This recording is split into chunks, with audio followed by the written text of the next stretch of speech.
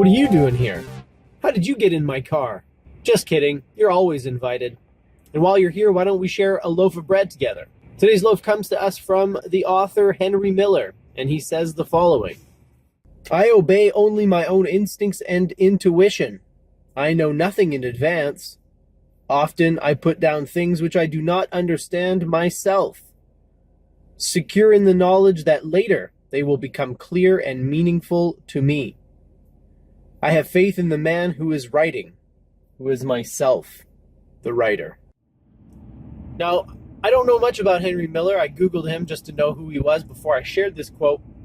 But I will say this. He's obviously been writing for a long time.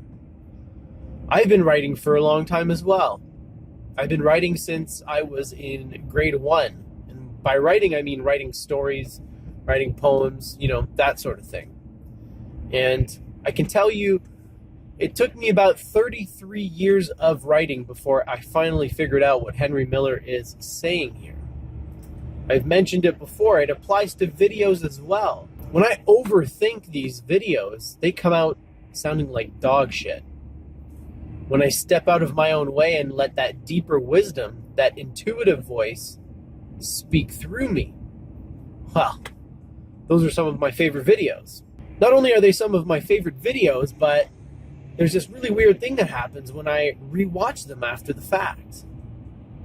A couple weeks later, a couple months later, I'll rewatch some of these videos, and I don't remember saying a single word. As I've mentioned before, I remember recording the video, but I don't remember any details from it. So it's almost like someone else was doing the talking. I've noticed the same with my writing. In the last 2 years in particular, I've learned to get out of my own way, to stop thinking and to just let a deeper part of me do the writing. The way I see it now, the rational, analytic, linguistic part of the brain is good for editing. But when it comes down to committing to the page what is in my heart, I find that the mind just gets in the way. So it took me a long time to figure this out. And after figuring it out, I realized it applies to more than just writing. So it's a handy trick to just clear your mind and let your body take over. The first time it happened, I was writing something for church.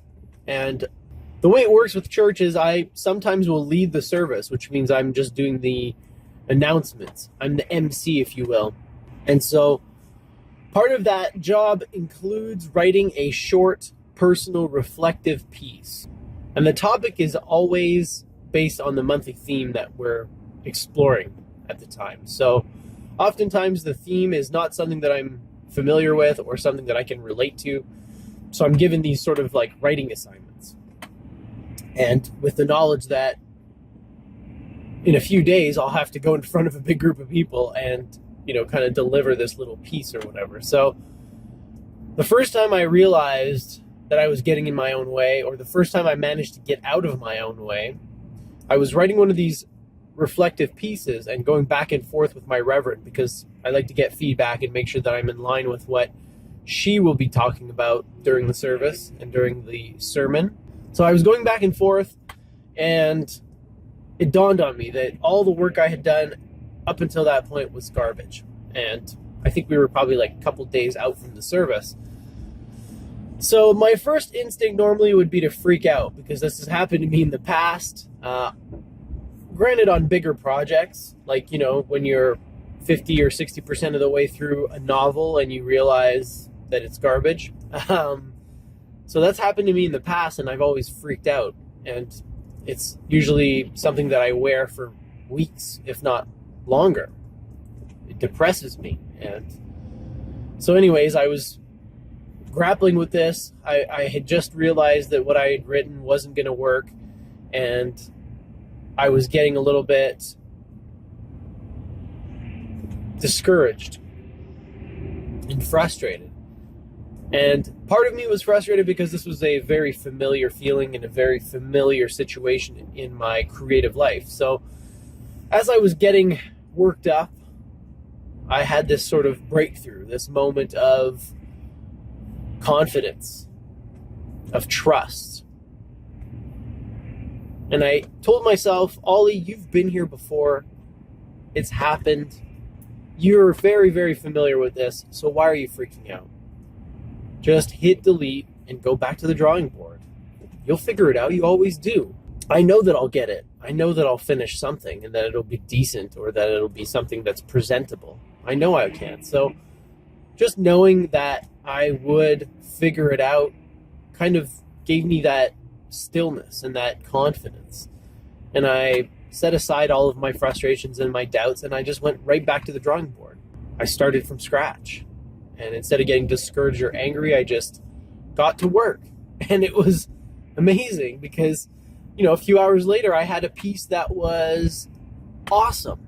Much better than the first thing I had drafted and been working on. So now I trust myself and I trust the process and I trust that it will be exactly the thing that it needs to be.